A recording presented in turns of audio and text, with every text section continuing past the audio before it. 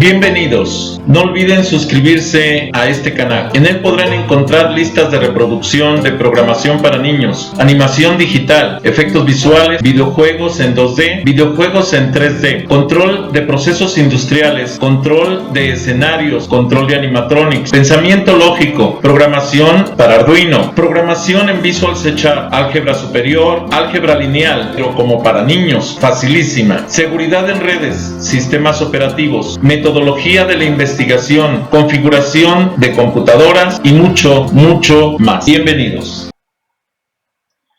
Bueno, vamos a comenzar a platicar con respecto a lo que son comandos de Linux. Y uno de los comandos que vamos a estar trabajando precisamente muy comúnmente en Linux va a ser el comando ls, ¿sí? Que es el comando de list. Este comando nos permite precisamente conocer lo que contiene un directorio del disco. Si nosotros comenzamos a hablar sobre lo que es el ls, les voy a comentar, porque como esta es una grabación en vivo, hago la aclaración y les comento que si ven que alguien esté tratando de conectarse, me avisen, porque como ahorita tengo que minimizar para que no nos estorben las pantallas, de pronto no puedo ver quién esté solicitando acceso. Si alguien está solicitando acceso, avísenme para que pueda darles el acceso y continuar con la explicación, ¿ok? Bien, bueno, entonces el comando ls o comando list viene del inglés precisamente list, y es una lista o listado, o permite listar el contenido de un directorio o de un subdirectorio. Es un comando del sistema operativo Unix, que fue heredado obviamente al sistema operativo Linux, y derivados que muestra un listado. ¿Alguien iba a interrumpir, perdón, o comentar? Sí, yo tienen problemas en entrar, Isaac. Ok, permítanme, vamos a ver la posibilidad de que pueda darles el acceso.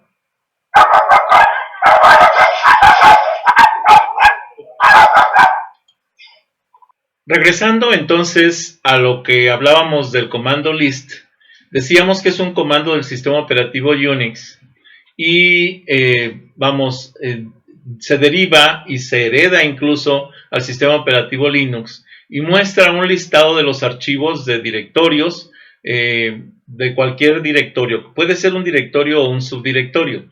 Muestra el contenido de estas estructuras de almacenamiento. Los resultados se muestran ordenados alfabéticamente normalmente. Sin embargo, hay posibilidades de pedir que se acomoden, por ejemplo, por la fecha de creación, por el más antiguo y el más reciente, etc. Los archivos y directorios cuyo nombre comienza con el punto, en lugar de empezar con letras o números, empiezan con un punto, no se muestran con la instrucción ls normal, porque son archivos ocultos al sistema, por lo que se suelen denominar precisamente archivos ocultos. La opción A de ls inhibe este comportamiento y muestra todos los archivos y subdirectorios, incluyendo los que comienzan con el punto, o sea, los archivos ocultos. Cuando nosotros hablamos de los comandos en Linux y ojo, también en Windows, los comandos no solamente se ejecutan como el comando y ya, sino que también tienen opciones que se pueden aplicar a los comandos, y normalmente las opciones se aplican con el guión medio. Esto es, por ejemplo, ls-l muestra un listado en el formato largo, SL significa de largo, con información de permisos, números de enlace asociados al archivo, usuarios, grupos, tamaños y fechas de la última modificación, además del nombre del mismo. También tenemos, por ejemplo, el comando H. Con L imprime el tamaño de los archivos de forma entendible para los humanos, o sea, en tamaños de megabytes o de kbytes o de gigabytes. Y el comando D muestra solamente el nombre de los subdirectorios sin entrar en en él ni dar un listado del contenido.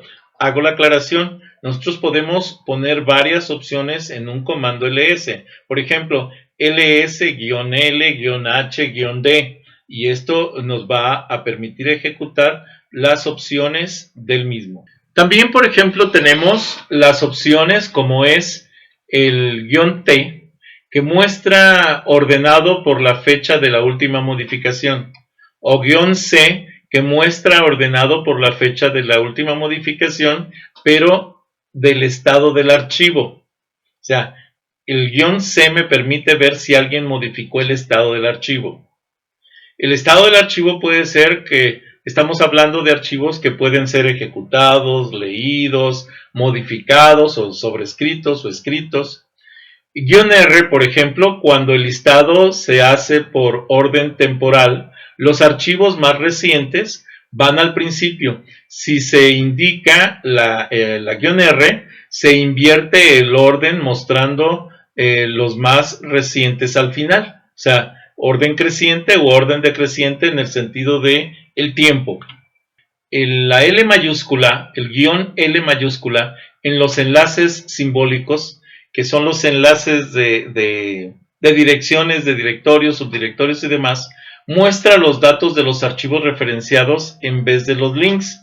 Esto es, no muestra las direcciones como tal, sino los datos de los archivos. Por ejemplo, si yo le pongo el "-1", muestra el listado en una sola columna. Sin la opción "-1", el listado se muestra en varias columnas, las columnas que quepan en lo que corresponde a la pantalla. ¿Ok? Y esto es, ¿cuántas columnas van a incluirse dentro de la pantalla? Pues el número de columnas que quepan por la resolución de la pantalla correspondiente. Por ejemplo, si yo utilizo el "-i", muestra el número del ínodo antes del nombre del archivo.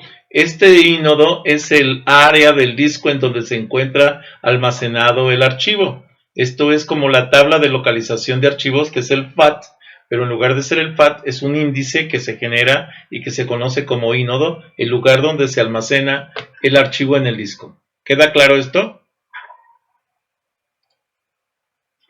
Ok, continuamos.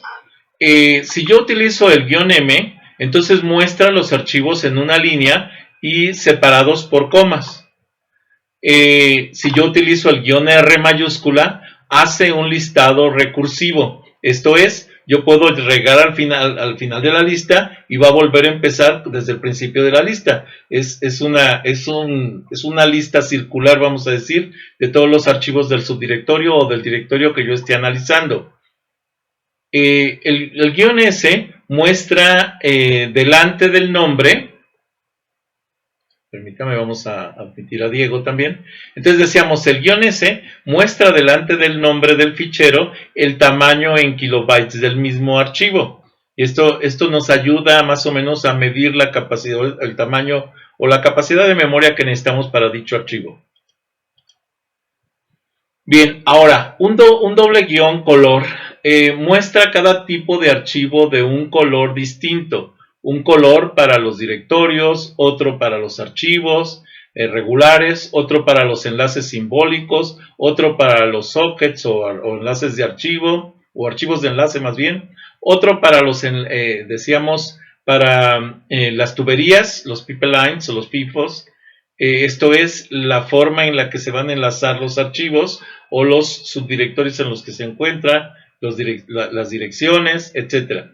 Este parámetro no se acepta en todas las versiones del ls, ¿sí? Solo algunas versiones aceptan el color para la identificación de los diferentes tipos de archivos.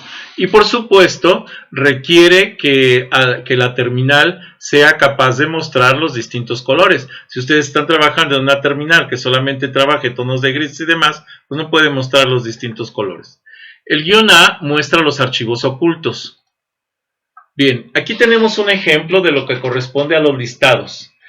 Por ejemplo, si yo pongo el ls, me muestra, aquí por ejemplo me va a mostrar lo que tiene, que es manual.txt.gz, que es el archivo, es un archivo txt. Ok, Permítanme tantito porque me están pidiendo acceso al sistema, a la videoconferencia. Muy bien. Y estos archivos TXT-GZ son archivos de Linux, son archivos comprimidos en el sistema Linux. Archivos .txt son archivos de texto. Los hosts son el almacenamiento, los servidores en donde está almacenado. syslog, que corresponde a un tipo de logueo del sistema, donde se almacena la información de la modificación de los archivos. Es importante que ustedes aprendan a leer todo esto, porque muchos de los servidores que ustedes van a trabajar, trabajan con Linux, trabajan con sistemas operativos tipo Unix o tipo Linux, y obviamente necesitan entender todo este tipo de lecturas. Aquí, por ejemplo, tenemos los permisos de lectura, escritura, ejecución, por ejemplo. Aquí tenemos un archivo que tiene un RWX, que es precisamente el propietario, el grupo de trabajo y el resto del mundo, y tienen permiso de leer, escribir en el archivo y ejecutar el archivo, que eso significa R de read, W de write y X de... Esto lo vamos a ver más adelantito, sin embargo vale la pena que lo vayamos entendiendo. Aquí me está dando, por ejemplo, los nombres, ¿sí? Me está dando el tamaño, me está dando la fecha de creación, mayo 13, 2013, y la hora de creación con minutos. Y bueno, el nombre completo del archivo. Este es el tipo es un mail bin, es un archivo binario de correo, ¿sí? Y bueno, tenemos los tipos de archivos identificados y aquí tenemos los nombres de esos archivos. Ok. Bueno, hasta aquí alguna duda. Hago la aclaración siguiente. Si nosotros observamos estas pantallas, son pantallas de lo que es la pantalla de comandos de Linux o de Unix, y vean que aquí me aparece un signo de pesos. Esto es, me puede aparecer este signo de pesos o me puede aparecer el signo de número, como la almohadilla o el gatito que le llamamos. Esto es, si aparece el signo de pesos es un usuario normal, no tiene privilegios de administrador. Si aparece la almohadilla es un administrador del sistema. Ok, vamos a dejar este video hasta aquí con respecto a lo que es el comando ls. Bien, les pido de favor que si no están suscritos se suscriban a este canal, que me den un like a los videos que les agraden, que les den la campanita para que puedan avisarles cuando suba más videos. Y si es posible que compartan este canal con sus redes sociales, con sus amigos, conocidos. Recuerden que pueden seguirme en Facebook, pueden seguirme en propio Facebook con las páginas Videoteca Valencia TICS para principiantes, Twitter, Tumblr, Pinterest, Hi-Fi, LinkedIn. Los links de estas conexiones de estas redes sociales se los dejo en la descripción del video. Gracias por haber visto este video.